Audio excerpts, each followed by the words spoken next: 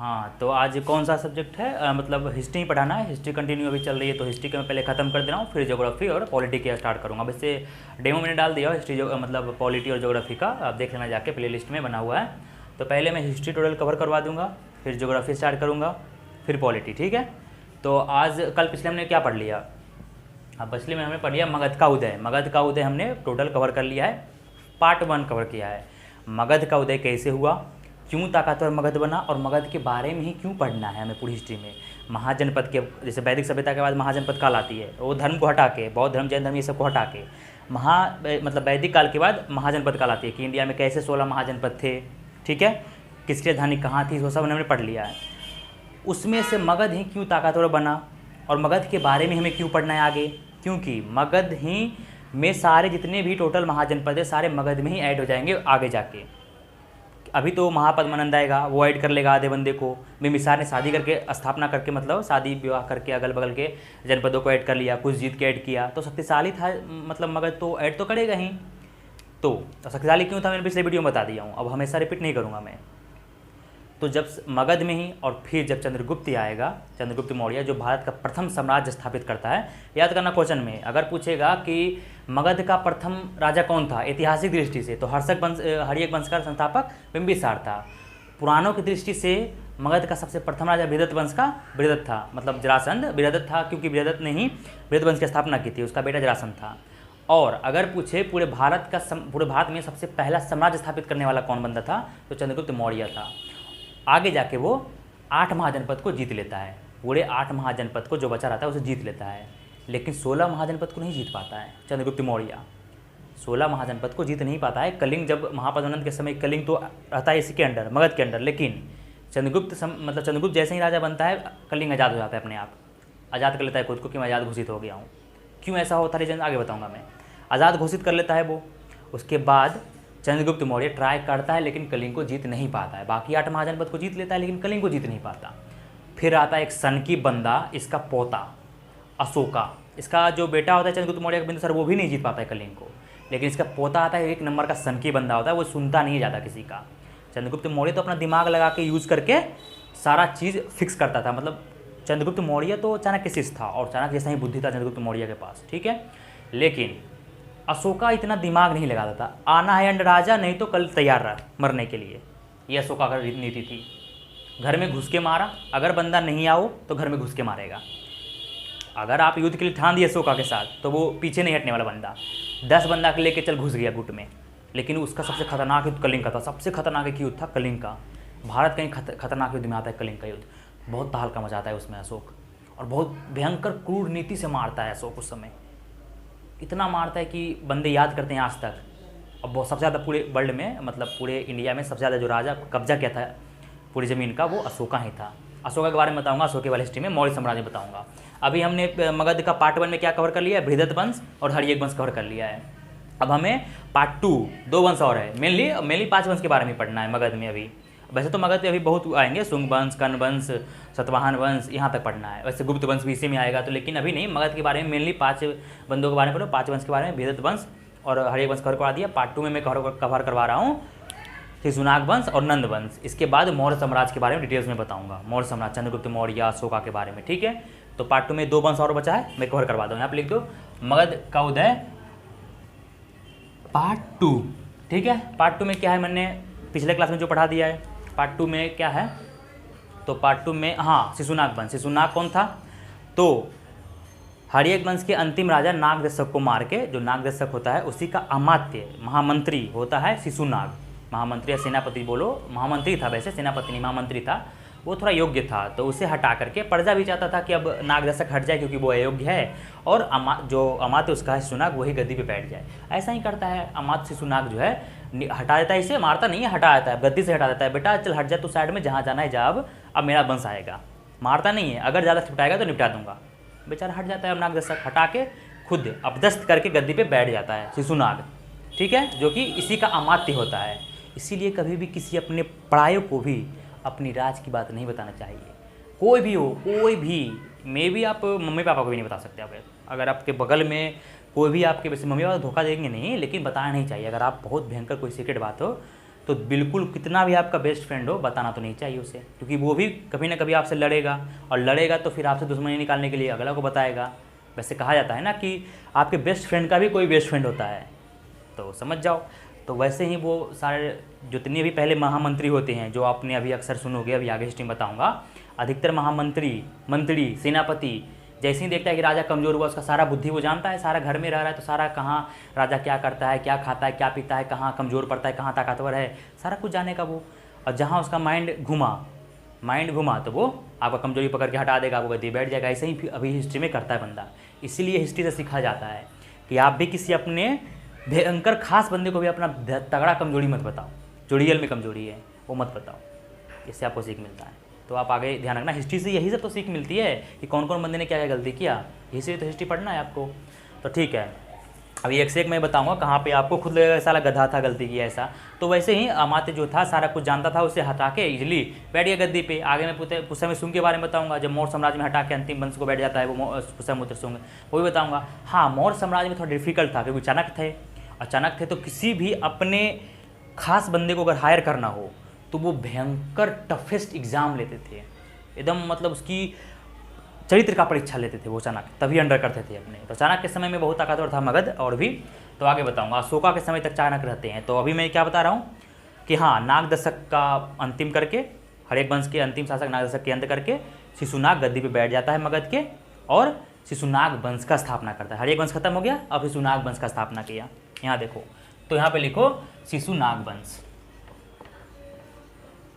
नाग बाबा का जय। शिशुनाग वंश, इसके संस्थापक शिशुनाग, ठीक है, शिशुनाग संस्थापक,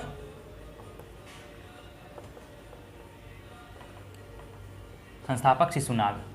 राजधानी इसकी, राजधानी मेनली याद करना, पूछ देगा कि शिशुनाग वंश के जो शिशुनाग था उसकी राजधानी कहाँ थी, तो वो पहले पाटलिपुत्र होती है, लेकिन पाटलिपुत्रा में जैसे ही वो अपने राजा नागदशक को हटाता है, तो अब अगर नागदशक हटाए तो नागदशक के चाहने वाले रिलेशन, अगल बगल का पड़ोसी, तो नागदशक को ही चाहेगा ना, आप दूसरा कोई बन जाओगे तो नहीं चाहेगा आपको। तो इसीलिए ये अपना राजधानी हटा करके ट्रांसफ़र करके वैशाली कर लेता है। वैशाली में इसके रिश्तेदार होते हैं, अमात्य के, मतलब इसके शिशुनाग के। क्यों? क्योंकि जैन धर्म के परिष्ठ परिवहन ग्रंथ है उसमें बोला गया है, या महाबोधि वंश में भी बोला गया है कि जो ये होता है शिशुनाग, वो वैशाली के एक राजा की वैश्या बीवी के पुत्र होता है। वो होता ये क्षत्रिय, लेकिन वैश्या बीवी, जो लिच्छवी के एक राजा होता है उसकी एक वैश्या बीवी नहीं होती है, पहले जमाने में रखेल बहुत सारी होती थी, तो वैश्या बीवी के एक पुत्र होता है ये शिशुनाग। तो इसीलिए ज़्यादा रिलेशन इसका वैशाली में रहता है। तो अपना राजधानी को ये पाटलिपुत्रा से हटा करके वैशाली ट्रांसफ़र कर लेता है सेफ रहने के लिए, ठीक है। तो ये इसकी राजधानी पाटलिपुत्रा से, नागदशक के समय तक पाटलिपुत्र था। जैसे ही ये राजा बनता है, शिशुनाग वंश की स्थापना करता है मगध पे, अपनी राजधानी को भगा करके लेके चला जाता है वैशाली।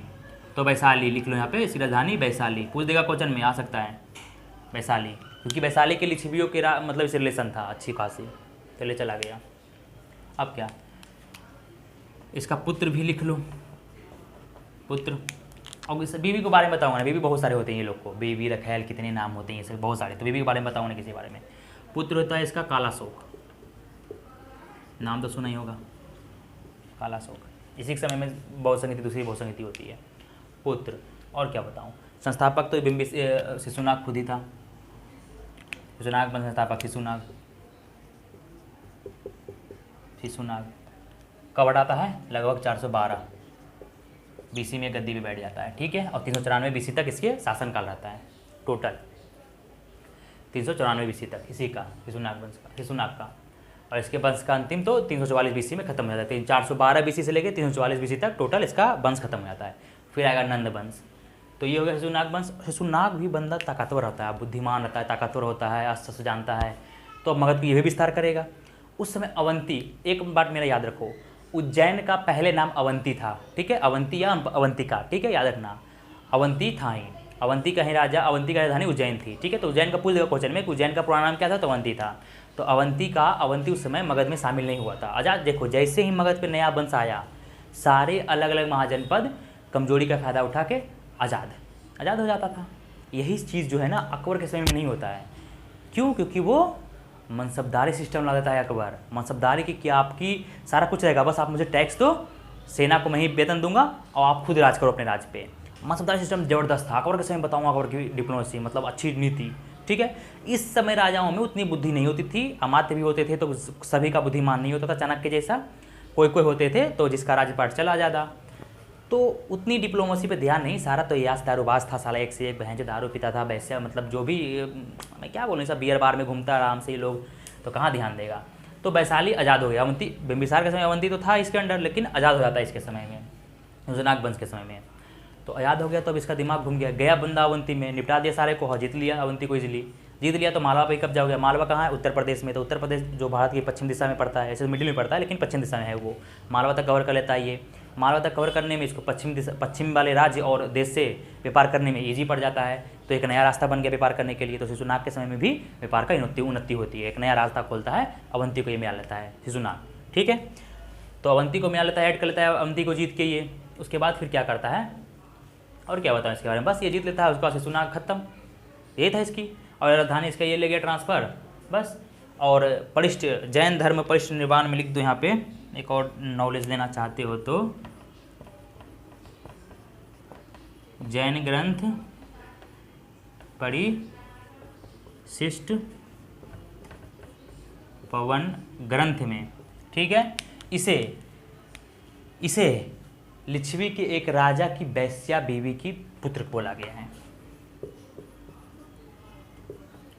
वैश्या का पुत्र कहा गया है जैन धर्म में, ठीक है।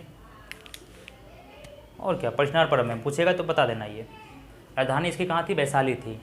और मैं इसके बारे में क्या जानकारी दूँ, अवंती को जीत लेता है ये, और क्या मैं जानकारी दूँ, किसका आमाद था तो ये पता ही आपको, और तो कुछ है जानकारी नहीं। एक मिनट देख लेता हूँ, वीडियो चल रही नहीं,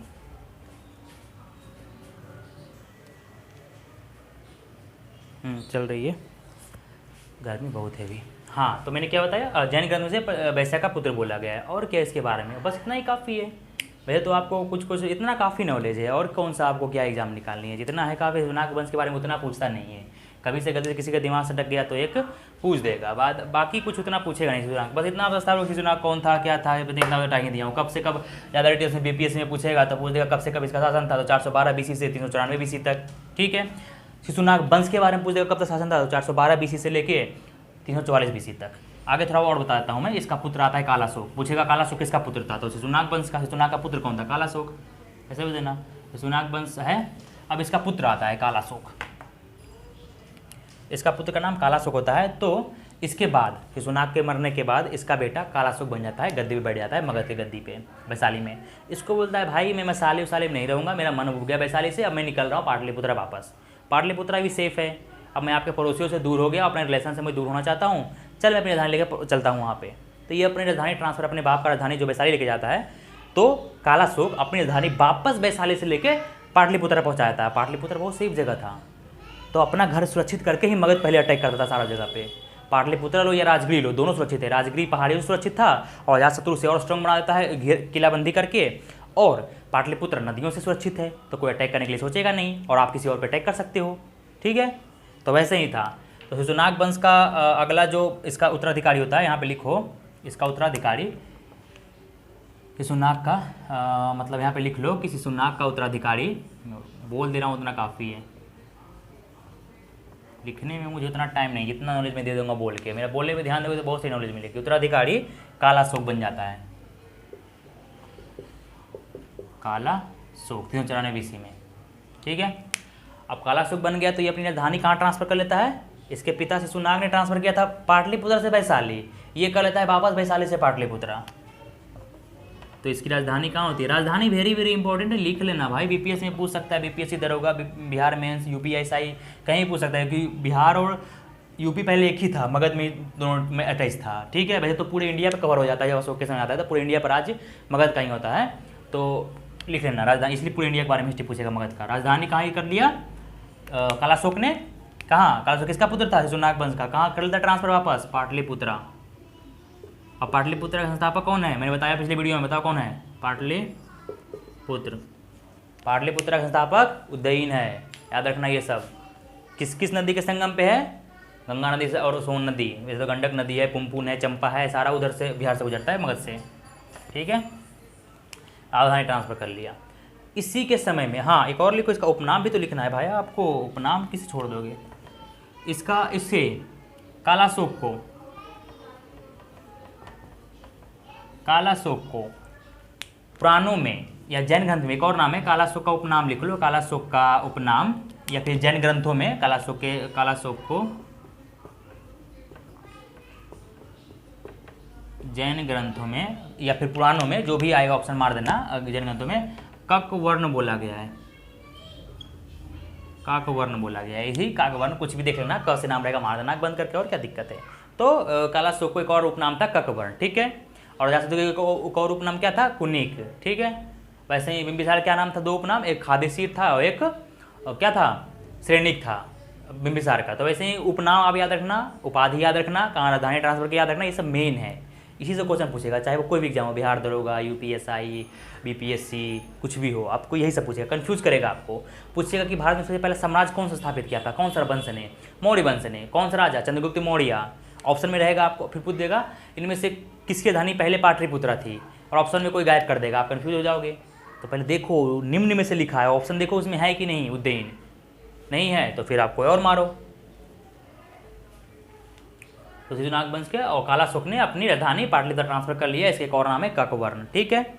इसी के समय में कालाशोक के समय, वेरी वेरी इंपॉर्टेंट, कालाशोक के समय में ही दूसरी संगीति हुई थी, कालाशोक के समय में ही 383 में दूसरी बौद्ध संगीति हुई थी, ठीक है, दूसरी बौद्ध संगीति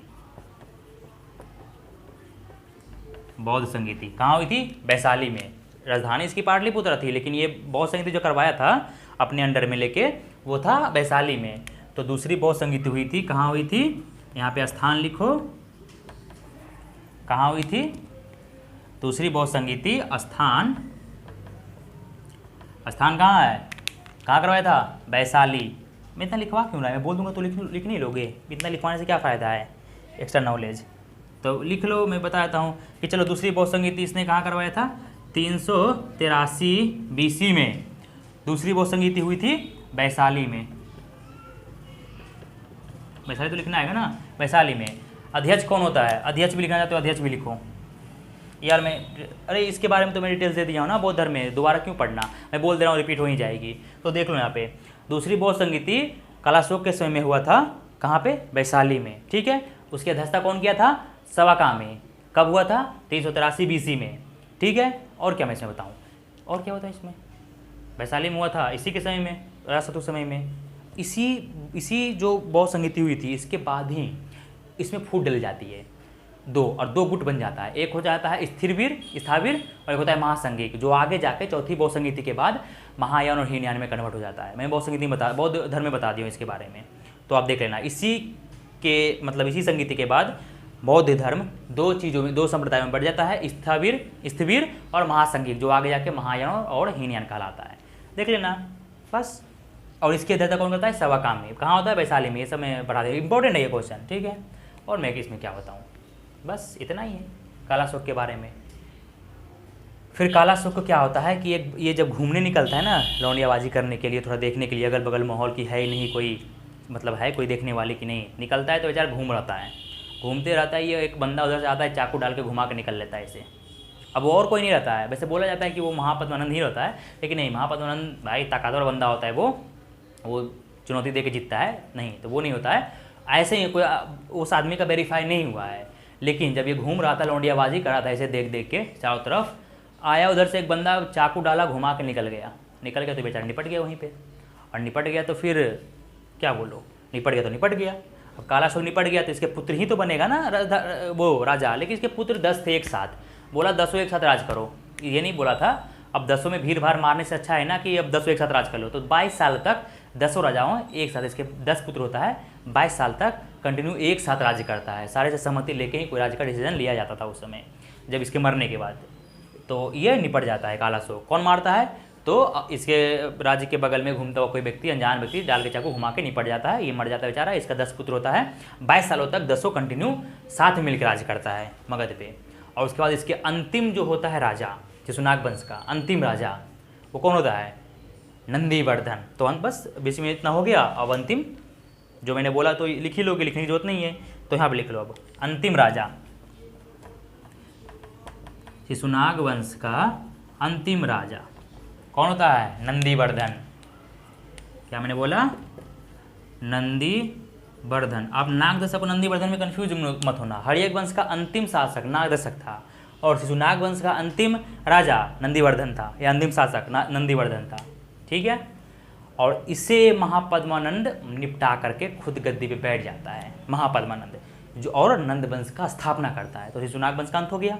अब शिशुनाग वंश, क्योंकि नंदीवर्धन कमजोर पड़ गया बेचारा, कमजोर पड़ गया अब, तो फिर कमजोर पड़ोगे तो आपका शोषण होगा, बगल अगल आके कूचेगा आपको, तो कूचा, बेचारों को निपटाया। कमजोरी जानता था। अब कोई भी बंदा अचानक किसी घर में अटैक करोगे तो आप थोड़ा जाओगे, पहले उस घर के बारे में तो जान लो कि कौन बंदा कहाँ जाता है। चोर भी वैसे ही करता है पहले। अब किसी घर में चोर अचानक घुस गया घर में तो निपटा थोड़ाता है वो, लेकिन चोर भी जब चोरी करेगा ना तो पहले उसके घर के बारे में जान लेता है वो, कि कब कोई जाता है, कब कौन सा गेट है, कहाँ पे पैसा है, ध्यान देता है। और शायद में भी चोर आपके अपना ही कोई होता है, या तो करवाने वाला होता है अपना कोई, ऐसा कोई बाहरी नहीं होता है चोर। चोर भी है और आपको धोखा देने वाला भी कोई अपना ही होता है। ठीक है, तो उस पर मत ध्यान दो। तो वैसे ही नंदीवर्धन कमजोर पड़ता है, महापद्मानंद आके इसको हटा करके निपटा करके खुद मगध गद्दी बैठ जाता है और महापद्म और नंद वंश का स्थापना करता है। तो यहाँ तक मगध खत्म हो गया, शिशुनाग वंश अब तो कुछ है ही नहीं, तो सही मिटा दे रहा हूँ मैं। तो पूरा शासन कहाँ तक रहा इसका? तो टोटल शासन कहाँ तक रहा पूरे वंश का? तो यहाँ पे लिख लो नाग वंश का कितना पूरे शासन पूछ देगा। बीपीएससी कुछ भी पूछ सकता है, बिहार दुर्गा कुछ भी पूछ सकता है, तो आप ध्यान रखना 412 BC टू 344 BC। यार 344 BC, ठीक है। यहाँ तक शासन काल होता है शिशुनाग वंश का। अब ऐसा नहीं है कि हिस्ट्री लास्ट है, कुछ छूटा रह जाए तो अब ये मत बोलना कि मैं नहीं पढ़ाया हूँ, मैं भूल भी जाता हूँ थोड़ा कुछ। तो अगर कुछ छूटा रह जाएगा तो मैं अब जब इस हिस्ट्री के बाद अगला हिस्ट्री पढ़ाऊँगा, ऐसा नहीं है ना कि लास्ट हिस्ट्री है, क्लास भी करनी है, खोलनी है क्लास भी न्यू, और न्यू क्लास खोलनी है तो उसमें भी पढ़ाना है हिस्ट्री स्टार्टिंग से अच्छे लेवल से, तो उसमें कवर करवा दूंगा मैं। तो थोड़ा जल्दीबाजी में मेरा तो नहीं टाइम, तो इसमें थोड़ा कम कवर करवाऊँ। वैसे है ठीक ही डिटेल्स, काफ़ी डिटेल्स है, इतना आपको नहीं मिलेगा ज़्यादा जगह, तो काफ़ी है ये। जो छूट बढ़ी जाएगी वो मैं बाद में पढ़ाता रहूँगा। तो टाइम पीरियड भी याद रखना 412 BC से 344 BC तक। अब महापद्मानंद शिशुनाग वंश के अंतिम राजा नंदीवर्धन को निपटा करके खुद गद्दी पे बैठ गया और नंद वंश का स्थापना करता है। तो यहाँ लिखो लास्ट नंद वंश, गिरना मत भाई मैं मुंडी पे। यहाँ लिखो अब नंद वंश, इसका राजा स्ट्रॉन्ग होता है, अचूतिया भी। तो नंद वंश, और नंद वंश के संस्थापक कौन है? महापद्मानंद। ठीक है, महापद्मानंद का अलग अलग नाम भी है। पुराणों में इसे महापद्म बोला गया है, जैन ग्रंथ या महाबोधि वंश में इसे क्या बोला गया है? उग्रसेन। तो उग्रसेन पूछे या पूछेगा उग्रसेन किसका उपनाम था, या उग्रसेन किसका नाम था? तो महापद्मानंद का ही नाम था। महापद्म किसका नाम था? इसी का नाम था। कहाँ बोला गया? पुराणों में बोला गया है। महाबोधि वंश में क्या बोला गया? उग्रसेन बोला गया है। ठीक है, तो नंद वंश का स्थापना 344 BC में कौन करता है? कौन करता है नंद वंश का स्थापना? महापद्मानंद। महापद्मानंद, महापद्मनंद या उग्रसेन। उग्रसेन इसके और भी उपनाम है। और क्या उपनाम है?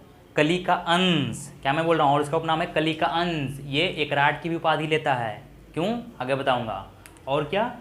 और इसका एक और नाम है दूसरा परशुराम, क्योंकि ये सारी क्षत्रियों को उस समय विनाश कर देता है महापद्मानंद अकेले। कल्पक नाम के एक जैन अमात्य होता है इसका, या दोस्त होता है, या जो भी बोलो जैन धर्म का, उसी के सहायता से ये सारे उस समय के क्षत्रियों को निपटाता है। चाहे इक्ष्वाकु वंश हो, कलिंग हो, अस्मक हो, अवंती हो, सारे में जो क्षत्रिय राजा होते हैं ना, सारे को निपटाता है ये, क्योंकि ये खुद जैन धर्म का फॉलोवर्स होता है। ठीक है, और धारण और एकराट की उपाधि धारण करता है, क्योंकि एक छत्र के अंदर ही पूरा शासन संभालता है, कि एक छत्र महापद्मानंद ही रहेगा, उसी के अंदर सारा राज्य करेगा। और एक राट की उपाधि तभी लेता है ये, सारों को एकजुट करके। ठीक है, और सारे क्षत्रियों को नाश करता है, क्योंकि जब परशुराम अवतार लिए थे तो उस समय भी पूरे क्षत्रियों को नाश कर देते हैं वो। वैसे ही महापद्मानंद भी उस समय क्षत्रियों को नाश कर देता है, और दूसरा परशुराम कहलाता है ये। ठीक है, कली का अंश भी कहलाता है ये। कितना नाम बताऊँ? महापद्मानंद भी है ये, उग्रसेन भी है ये। तो उग्रसेन यहाँ लिख ले भाई, लिख ले। महापद्मानंद पुराणों में, महापद्म भी बोल सकता है पुराणों में, और उग्रसेन महाबोधि वंश में। या जैन ग्रंथ में, महाबोधि ग्रंथ में। ठीक है, अब लिखो यहाँ पे मैंने क्या बोला, इसकी उपाधि भी लिखोगे क्या? राजधानी, राजधानी पाटलिपुत्र रहता है इसकी, राजधानी। ठीक है, इस वंश का शासनकाल भी लिख लेना, अभी मैं बता देता हूँ। नंद वंश के शासनकाल कहाँ से? 344 BC टू 321 BC। ठीक है, राजधानी कहाँ रहती है इसकी? यहाँ देख लो, पाटलिपुत्र नहीं रहती भाई इसकी राजधानी। पाटलिपुत्र मतलब पटना आज का, पाटलिपुत्र बहुत अच्छी सिटी है पटना। पटना को कमजोर मत समझना कि बिहार की राजधानी पटना है तो खराब है। यहाँ के लोग समझते हैं कि वह पटना है मतलब बहुत है। पटना जाके तो देखो, तो राजधानी पाटलिपुत्र है। ठीक है, और मैं क्या बताया हूँ, ये तो समझ गए हो ना कि महापद्मनाथ जो नाम है वो पुराणों में मिला है और महाबोधि वंश उग्रसेन में मिला है। अब इसे इसका अब क्या, इसका बेटा, 9 बेटा होता है इसका, 9 बेटा होता है इसका। ठीक है, और 9 कंटिन्यू राज करता है इसका, इसलिए इसे नवनंद भी बोला गया है। ठीक है, नवनंद, 9 शासन होता है इसके बेटा 9 होता है, इसलिए इसे नवनंद भी बोला गया है। तो बेटे का नाम या क्या मैं लिखूँ, पहले उपाधि लिख दूँ क्या, या बेटे के नाम? कुलपुत्र या शासन या राजा, जो भी बोलो। 9 शासक 9 पुत्र होते हैं, 9 शासक और इसके 9 पुत्र भी होते हैं, और इसके 9 पुत्र भी होते हैं, इसलिए इसे नवनंद भी बोला गया है। ठीक है, इसलिए इसे नवनंद भी बोला गया, लिख लो नवनंद। और क्या बोलूँ, उपाधि भी लिख दो क्या? उपाधि एकात्र की उपाधि, एकराट की उपाधि। एकराट क्यों लेता है? क्योंकि सारे क्षत्रियों को नाश करके और सारे आधा से ज़्यादा साम्राज्य को एक क्षत्रिय के अंदर ला देता है, अपने क्षत्रिय के अंदर, और ग्रहण करता है क्या? एकराट की उपाधि। उपनाम, जो मेन है लिख ले भाई। उपनाम, महापद्मनाथ को नहीं जानते, बहुत ताकतवर बंदा होता है ये, लेकिन इसका बेटा 9वां बेटा रिद्धानंद है, बहुत एक नंबर का चूतिया होता है वो, बहुत हरामी, दोगला। उपनाम, मैं गलत वर्ड यूज़ कर रहा हूँ, कोई दिक्कत की बात नहीं है, इतना सब जानते हैं आजकल, मैं ज़्यादा खतरनाक गाली जानते हो तो कोई दिक्कत की बात नहीं है।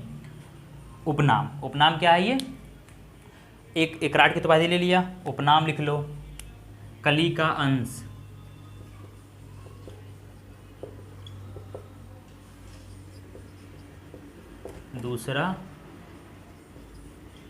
दूसरा परशुराम, दिख तो नहीं रहा कोने में, लिख लो, मैं बोल रहा हूँ कली का अंश, दूसरा परशुराम। क्यों बोला गया यही मैं बता दिया हूँ। ठीक है, दूसरा परशुराम इसलिए क्योंकि परशुराम के जैसा ही क्षत्रियों का विनाश करता है ये। उपनाम हो गया, राजधानी हो गया, पुत्र हो गया, उपाधि हो गया, और क्या? इसकी एक पुत्री भी होती है, 9 इसका बेटा होता है, एक पुत्री होती है दुर्धरा। ठीक है, और उसे नंदिनी ही बोला गया है कहीं कहीं, तो दुर्धरा नाम रखना, दुर्धरा ही होता है, जो कि चंद्रगुप्त की पहली बीवी होती है। चंद्रगुप्त जब इसके दौरान में जाता है ना, तो हो जाता है उसे प्यार, धनंद की बहन दुर्धरा से हो जाता है इसे प्यार, उसे प्यार हो जाता है, फिर बाद में इसे ही प्यार हो जाती है। वो तो इसकी मौत हो जाती है, इसकी बॉडी है, मतलब बॉडी, ताकत, बुद्धि, सारा कुछ देकर वो फिदा हो जाती है। पहले तो एटीट्यूड वाली होती है, बहुत घमंडी एटीट्यूड वाली होती है दुर्धरा, फिर बेचारा ये सब कुछ करता है अपने, मतलब उसके राज्य में रह के यहीं उसके बारे में जानता है सारा कुछ। भेदी जानोगे तभी तो उतना भयंकर मत को उड़ाओगे। तो घर में रह के चाणक्य के नाम, मतलब चाणक्य इनको बोलते हैं कि तुम जाओ घर की भेदी खुशी बन के रहो। ये जाकर रहता है उसके मतलब अंडर में दास बन के, ले अपनी इतना ये प्रभावित कर देता है कि इसकी बहन ही फिदा जाती है इस पर, दुर्धरा।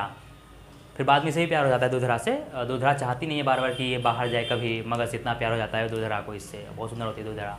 तो प्यार हो जाता है, बेचारा पड़ जाता है ये भी चंद्रगुप्त, बाद में प्यार में अचानक सनक जाता है बेचारा। चाणक्य बोलते हैं कि प्यार हमेशा स्त्री आपको दुर्बल बनाती है। तो दुर्बल बनाती है, लेकिन एक तरह से जब होती है तो ताकतवर ही बन जाता है, ये भी बात है। आपको छोड़ के जाएगी तो आप गधे बन जाओगे, दुर्बल बन ही जाओगे। तो वही है, अब आगे बताऊंगा, चंद्रगुप्त मौर्य के स्वयं बताऊंगा क्या है लव स्टोरी इसकी। ठीक है, तो आगे देखना। तो इसका एक बेटी भी होता है नंदिनी, आप दुर्धरा। ठीक है, उपाधि एकराट की लेता है, कली का अंश, 9 बेटा होता है, 9 बेटे का नाम लिख लो। 9 शासक होता है और 9 बेटा, लगभग 100 साल तक राज करता है महापद्मनंद। सबसे ज़्यादा तक मगध में शासन करने वाला ताकतवर जो वंश होता है यही होता है, ऐसे बोला जाता है। अगर कहीं पे ऑप्शन में रहे ना नंद वंश कि मगध का सबसे ताकतवर वंश कौन होता है, तो स्टार्टिंग में नंद वंश ही मारना, बाद में मौर्य वंश मारना।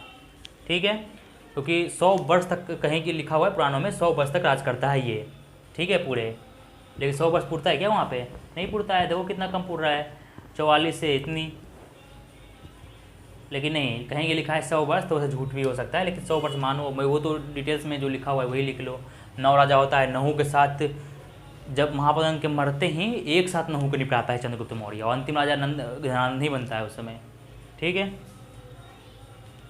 तो ये मिटा देता हूँ। अब 9 राजा, 9 बेटा और 9 शासक, इसलिए उसका नाम नवनंद भी हो गया है। अब कौन कौन से बेटा का नाम है तो याद करना इंपॉर्टेंट नहीं है। लास्ट बेटा का नाम याद रखो, धनानंद। बहुत भयंकर हरामी होता है, क्योंकि वो मगध के प्रजा पर इतना भयंकर टैक्स लगाता है ना, गरीब हो चाहे कुछ हो, अब खाना एक घर में मत खाओ लेकिन टैक्स पेड करो।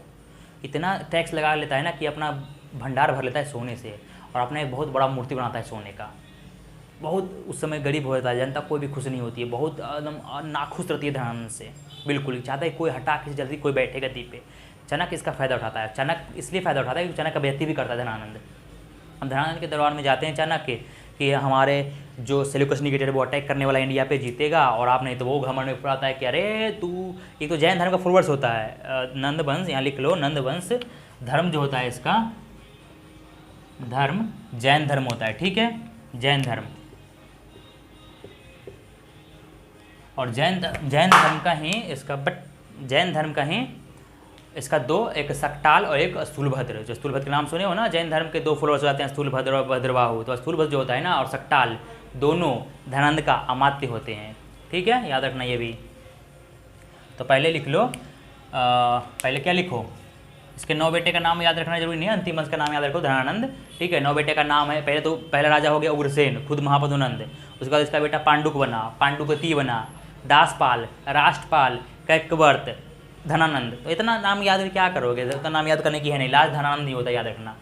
अंतिम राजा धनानंद, अंतिम राजा बहुत ताकतवर ये भी होता है, अंतिम राजा नंद वंश का धनानंद, धनानंद क्रूर। इसका सेनापति, इसका यहाँ लिखो, इसका सेनापति भद्रसाल, मैं बोल रहा हूँ, लिख लो भद्रसाल। ठीक है, और क्या, फिर अमात्य, इसका अमात्य, अमातराक्षस, धनानंद का अमातराक्षस, या वो तो महापद्मनंद का होता है अमातराक्षस, लेकिन लिख सकते हो इसकी जो मेन होता है, जहाँ हिस्ट्री में लिखा हुआ है। वैसे अमातराक्षस आप देखोगे मूवी सीरियल में, देखोगे अमातराक्षस इसका होता है, नाम होता है अमातराक्षस। तो इसका होता है, देख लो, वो ब्राह्मण तो महापद्मनंद का होता है, लेकिन अमातराक्षस जो है इसका होता है अमात्य, और वो सक्टाल, 2 होता है, सक्टाल एंड स्थूलभद्र, दोनों जैन धर्म के फॉलोअर्स होता है। ठीक है, तो धनानंद का अंतिम राजा धनानंद नंदवंश का, और सेनापति इसका भद्रसाल, अच्छा इसका साथ देता है, और अमात्य, सक्टाल एंड स्थूलभद्र। तो याद रखना, ये से पूछ सकता है क्वेश्चन में। इसकी एक बहन होती है दुर्धराज, से चंद्रगुप्त मौर्य से प्यार हो जाता है, आगे जाकर बताऊंगा। और चंद्रगुप्त मौर्य जब इसे निपटा करके गद्दी पे बैठता है तो इसे शादी करता है, करना ही पड़ता है। ठीक है, और वो बार बार इसे मारने की कोशिश करता है चंद्रगुप्त मौर्य के, लेकिन बाद में उसे फिर से वापस प्यार हो जाता है। आगे बताऊंगा स्टोरी दुर्धरा को, और चाणक्य के कहने से ही दुर्धरा से शादी कर लेता है, क्योंकि ये दुर्धरा मतलब जो नंदिनी थी अच्छी थी थोड़ी, और इसे प्रजा प्यार करता था, इसलिए शादी करना जरूरी। चाणक्य एक से एक नीति बताऊँगा अभी मैं। तो चाणक्य ही थे जो बेइज्जती करता है, धनानंद चूटी पकड़ घुमा कर फेंक देता है बाहर कि जा तू ब्राह्मण आया मुझे ज्ञान देने के लिए धनानंद। तो ये चूटी अपना खोलते हैं, ऐसे बता दें कि जब तक तेरे वंश का विनाश नहीं कर दूंगा नंद वंश, और गद्दी पे, मगध गद्दी पे दूसरा बंदा को ना बिठा दूँ, मैं चूटियाँ नहीं बांधूंगा। और नहीं बांधते हैं वो, जब तक कि चंद्रगुप्त मौर्य को नहीं बिठाते हैं गद्दी पे, और चंद्रगुप्त मौर्य बैठते ही तालका मचा जाता है। तो आगे बताऊँगा। और ये किसके समकालीन होता है, ये भी पूछ देगा क्वेश्चन में, ये किसके समकालीन होता है। ठीक है, समकालीन, तो सिकंदर का समकालीन। इसका अगला टॉपिक सिकंदर ही बताऊँ, नहीं पहले हाँ मौर्य वंश बताऊँगा, सिकंदर बताऊँगा फिर मौर्य वंश। तो इसका अगला समकालीन सिकंदर, ये सिकंदर का समकालीन होता है। ठीक है, सिकंदर का समकालीन पूछ देगा उस समय कि सिकंदर के समय पे मगध पर किसका शासन था, तो धनानंद का शासन था, याद कर लेना। और पौरव राष्ट्र में किसका शासन था, तो राजा पौरस का। सिकंदर वर्सेस पौरस ही होता है हाइड्रोस्पेसिस का युद्ध। ठीक है, 326 BC में, और हाइड्रोस्पेसिस तगड़ा का युद्ध होता है, जहाँ पे सिकंदर को 20,000 की सेना के साथ तगड़ा देता है टक्कर, कौन, पौरस। और उसमें ये चूतिया हेल्प नहीं करता है उसका, पौरस का मज़ा लेता है बस। सिकंदर के समय में, और सिकंदर साथ लड़ता है अकेला, उसकी 1 लाख के सैनिक, इसकी 20,000 के सैनिक, और टक्कर तय करता, और बाकी राजा सरेंडर करता है सिकंदर के सामने नाम सुन के ही। पौरस होता है ना, उसके वो हार नहीं मानता है, इतनी सेनाएं काफ़ी है, जब तक जिंदा हूँ लड़ूंगा, और पौरस भी ताकतवर होता है। 2 बार इसको गिराता है, 2 बार इसके वो बचा के लेके जाता है। रियल युद्ध में तो भाई अब यूनानी ने लिखा है, हमारा अंग्रेज़ ने लिखा है, तो ताकत तो नहीं दिखाएगा इंडिया का। इंडिया का हिस्ट्री ज़्यादा झूठा लिखा गया है, अंग्रेज़ों ने लिखा है, यूनानियों ने लिखा है। इंडिया का कोई बंदा बोले ना कुछ, कोई भरोसा नहीं करेगा। जहाँ विदेशी उसको ही झूठ बोल दे, ऐसे ही लॉजिक से झूठ सच बोल दे, सारे इंडिया वाले बंदे भरोसा मानेंगे, भगवान मान लेंगे कि वो अंग्रेज लोग हैं, भगवान हैं हमारे, कुछ भी बोल दे सच हैं। हम लोग पश्चिमी लोगों को ज़्यादा तवज्जो देते हैं, पता नहीं क्यों। इंग्लिश एक लैंग्वेज है, लेकिन आप इंग्लिश के मानते हो, अरे भाई द ग्रेट, क्यों? क्योंकि गुलाम हो। अब बोलो आती नहीं इंग्लिश, तो आती नहीं इंग्लिश, तो ऐसा बात नहीं है, इंग्लिश सीखना कोई भारी बात नहीं है, लेकिन आप लोग उसकी हर एक बात पे तवज्जो। तो इंडिया की हिस्ट्री वही स्टार्टिंग किया है, अंग्रेजों ने लिखने, तो ताकतवर क्यों दिखाएगा? कमजोरी दिखाएगा ना आपको, कमजोर आप हो अभी तक। तो वैसे ही समकालीन सिकंदर युद्ध में जीतता है मेनली पौरस। अब जैसे भी हो, लेकिन आप ये मत माना इतिहासी दृष्टि से आपको हिस्ट्री लिखेगा कि पौरस हार जाता है, और उसकी योद्धता से, ताकत और बहादुरी से प्रभावित होकर सिकंदर उसका दोस्त बन जाता है, और उसी समय युद्ध अभियान छोड़ देता है। अभियान छोड़ता नहीं है, सिकंदर का ताकत देख के इसका सेना आगे नहीं बढ़ता है, कि जब फ्रंट लाइन पे इतनी ताकतवर सेना है तो आगे मगध तो और भी ताकतवर होगा, तो आगे नहीं बढ़ूंगा, मुझे अपने भी बच्चों को देखने जाना है, मुझे छोड़ो सिकंदर, मैं भाग रहा हूँ। सारा सेना भागता है वहाँ से वापस, फिर सिकंदर को रोकना पड़ता है युद्ध अभियान, इसी के डर से मेनली, ठीक है। और उसमें नहीं राज करता है, तो जो फ्रंट लाइन पे पंजाब वाले हिस्से पे जो जिसका राज था वो था पौरस, ठीक है। और उस समय मगध पे जिसका शासन था वो था धनानंद का, जो उस समय मगध सबसे ताकतवर था राज, ठीक है। ये महापद्मानंद नापित होता है, नाई और बेस्या का पुत्र होता है। जैन धर्म में लिखा गया है महाबोधि वंश में कि जो नंद वंश होता है, और नंद वंश का महापद्मानंद वो नाई होता है, जाति का, नापित जाति का, निम्न कास्ट का नाई, ठीक है, जो टकला उड़ाता है, बाल काटता है वो, और उसका मम्मी जो होता है वो बेस्या होती है। तो ये भी लिखना महापद्मानंद, ठीक है, ये भी लिख लेना। तो मैं, क्योंकि मैं सारा कुछ लिखा नहीं सकता, मैं बोल नहीं सकता हूँ, तो वो आप लिखो चाहे कुछ करो। अब इतना इन्फॉर्मेशन तो इतना ही काफ़ी है, और कितना चाहिए आपको। एक ये बहुत ज़्यादा टैक्स लगाता है कर्जा पे, इसलिए प्रजा इससे नाखुश होती है धनानंद से, और चाणक्य की मदद से चंद्रगुप्त मौर्य को स्थापित कर देता है मगध पे। चाणक्य खुद मगध पे चंद्रगुप्त मौर्य को स्थापित करते हैं। इसका युद्ध में चंद्रगुप्त मौर्य में बताऊंगा। तो फिर मगध पे किसका शासन हो जाता है? चंद्रगुप्त मौर्य का। 1 मिनट रुक जाओ।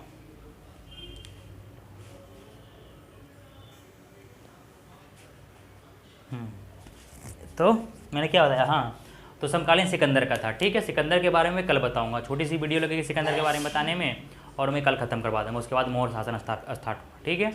तो एक टॉपिक लेके चलेंगे। मगध का पार्ट 2, मगध का उदय पूरी तरह से खत्म हो गया। 4 वंश के बारे में बता दिया हूँ। अब मौर्य जो साम्राज्य वो बहुत बड़ा टॉपिक है। कहाँ से प्रशासन था, क्या डिप्लोमेसी थी, क्या मतलब इकोनॉमिकल पावर था, क्या कहाँ से रिश्ता था, सारा बताऊंगा मौर्य साम्राज्य में, ठीक है। तो मौर्य साम्राज्य बहुत बड़ा टॉपिक है। इसके बाद में ये मौर्य का उदय मतलब मगध का उदय समाप्त हो गया।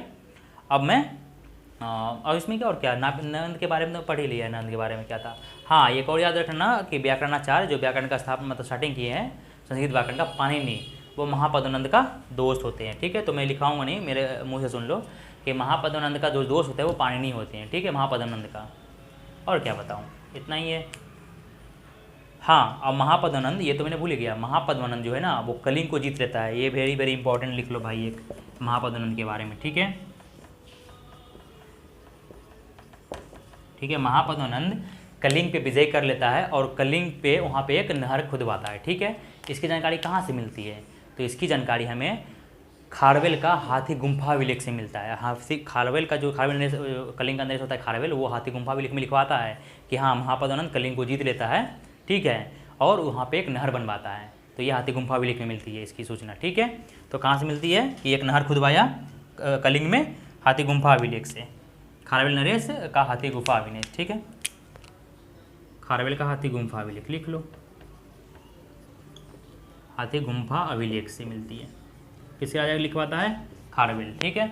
और क्या, महापद्मानंद बहुत ताकतवर होता है, वो कलिंग को भी जीत लेता है, बहुत सारे राजा को जीत लेता है। लेकिन जैसे ही मौर्य साम्राज्य स्थापित होता है मगध पे, कलिंग आज़ाद हो जाता है, और फिर मौर्य चंद्रगुप्त मौर्य और बिंदुसार दोनों नहीं जीत पाता है कलिंग को।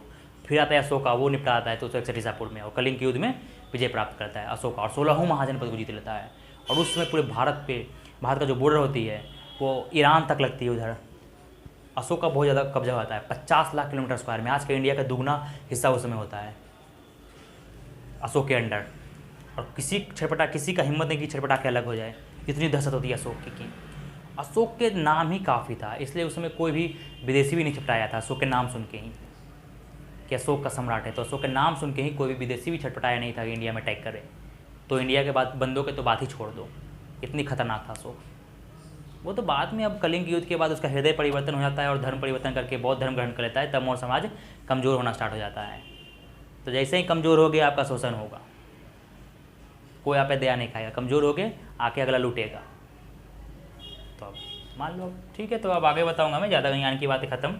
महापद्मानंद हाथी गुम्फा अभिलेख में महापद्मानंद के बारे में लिखा गया कि कलिंग को जीता इन्होंने और एक नहर खुदवाई। ये क्वेश्चन आया हुआ है, आएगा बीबीपीएससी में या कहीं भी, ठीक है। तो महापद्मानंद में पाणिनि जो होते हैं इनका मित्र होते हैं, व्याकरणाचार्य पाणिनि इसका मित्र होता है, इसका मित्र। मैं वो तुम तो लिखवा क्या तुम यार, और क्या, बस इतनी जानकारी काफ़ी है।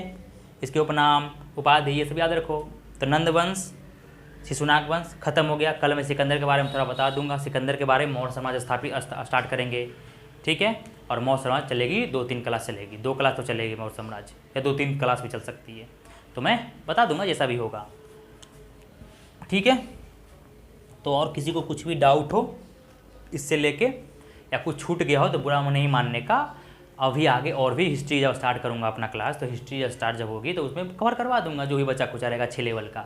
तो जो मेन है, जो एग्जाम में आया हुआ है, आने वाला है और हमेशा आती है, उसके बारे में मैंने पढ़ा दिया हूँ हर एक वीडियो में, ठीक है। टूट गया, ले रूट नहीं गया, निकल गया, ठीक है।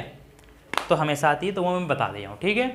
अब किसी को कुछ डाउट ना हो, 1-2 क्वेश्चन छूटे तो बुरा नहीं मानने का, बाद में बता दूंगा। मेनली मैंने पढ़ा दिया है, ठीक है, जो आने वाले हैं, ठीक है। धनानंद अंतिम सम्राट था, धनानंद समकालीन था सिकंदर के, उसमें पौरव वंश उसका शासन था, बहुत हरामी बंदा था धनानंद, ये सब तो मालूम ही है।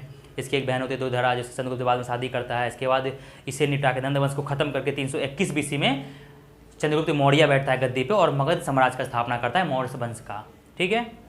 तो लिख लेना, अंतिम सम्राट धनानंद को हरा करके, मार करके, निपटा करके गद्दी पे बैठ जाता है, मगध की गद्दी पे चंद्रगुप्त मौर्य, और मौर्य वंश का स्थापना करता है। तो इसके अगला वंश मौर्य वंश स्थापित होगा। लेकिन उसके बारे में जो समकालीन था सिकंदर, उसके बारे में तो जान लोगे ना, थोड़ा सा सिकंदर के बारे में पूछ सकता है, तो उसके बारे में मैं अगले वीडियो में बता दूंगा। वैसे सिकंदर और पोरस के युद्ध के बारे में मैंने एक वीडियो बना दिया हूँ प्ले लिस्ट में, जाके देख लो सारे युद्ध के बारे में डिटेल्स में वीडियो। तो हाइड्रोस्पेसिस का युद्ध देखना है तो आप वीडियो में जाके देख सकते हो प्ले लिस्ट में, ठीक है।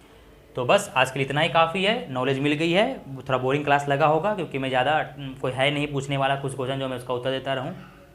बाकी तो ठीक है, कि जो कुछ भी डाउट लगे कमेंट में बता सकते हो, और किसी को कुछ भी ऐसा समझ ना आया हो वही बता सकते हो। अच्छे क्लास लगे तो भी अच्छा बताना, ख़राब लगे तो भी बताना कि ख़राब लगा है, ठीक है, या समझ में नहीं आई है। तो आज इतना 2 वंश खत्म हो गया है, इतना कर पढ़ लोगे हर एग्जाम के लिए काफ़ी है, ठीक है। अब पढ़ो और जाके सेट मारो, बिल्कुल नहीं छूटेगी क्वेश्चन, ठीक है। और अब इसके बाद मौर्य साम्राज्य स्थापित कर दूंगा, मतलब सिकंदर के बाद मौर्य साम्राज्य। हिस्ट्री खत्म, मतलब हिस्ट्री का भी तो कंटिन्यू चलेगी, बहुत चलेगी। हिस्ट्री तो बहुत है अभी, हिस्ट्री हमारा कल जो बीता हुआ है वो भी हिस्ट्री में ही आती है, जैसे करंट अफेयर भी बोलते हैं आजकल। तो ठीक है, इतना ही काफ़ी है, और तो ज्ञान की बातें हैं ही नहीं इसमें, बता ही दिया हूँ मैं सारा कुछ। तो आज के लिए इतना ही, और क्या, और भी कुछ पूछना है क्या? कोई है ही नहीं पूछने वाला, आप तो लाइव हो नहीं, जो आप पूछोगे मैं कमेंट देके बस आंसर दूंगा। फिलहाल अभी नहीं, एक न्यू हमारी यूट्यूब है तो फिर बंदे हैं नहीं उतने, जब आएंगे तो बताया जाएगा सारा कुछ, जो पूछोगे सारा चीज़ का आंसर मिलेगा आपको। है मेरे पास भी कुछ का एक्सपीरियंस जो बताऊंगा। तो ये मगध का उदय पार्ट 2 खत्म हो गया है। मैं हिस्ट्री कहाँ से पढ़ा रहा हूँ, सबसे लास्ट 0 से स्टार्टिंग किया हूँ हिस्ट्री का, सबसे 0 से। पूरा पाषाण काल नहीं, पाषाण काल। और पाषाण काल किस में आता है? प्रागैतिहासिक काल में। प्रागैतिहासिक काल, आदिशासी काल क्या है, सारा कुछ बता दिया हूँ पहले वीडियो जाके देखो। इतिहास क्या है, किसे फादर बोला गया, क्यों बोला गया, सारा कुछ बता रहा हूँ 0 लेवल से, 0 से, ठीक है। उससे कम हिस्ट्री है ही नहीं है, उससे कम, उससे आगे हिस्ट्री नहीं है। 0 से लेके पाषाण काल से 25 लाख ईसा पूर्व से लेके जहाँ से मानव स्टार्टिंग हुआ है, मानव कितने टाइप थे वो भी मैंने बताया हूँ। वहाँ से लेके आज हम हिस्ट्री का मगध का उदय पर स्टार्ट आ गया कि इंडिया कहाँ तक डेवलप हो गया, मगध का स्थापना हो गया, यहाँ तक डेवलप हो गया। हिस्ट्री में यहाँ से पढ़ा रहा हूँ, आगे बताऊँगा अब, ठीक है, आगे प्रशासन के बारे में। तो मगध का उदय पार्ट 2 क्लोज। नेक्स्ट मिलते हैं नेक्स्ट वीडियो में, बाय।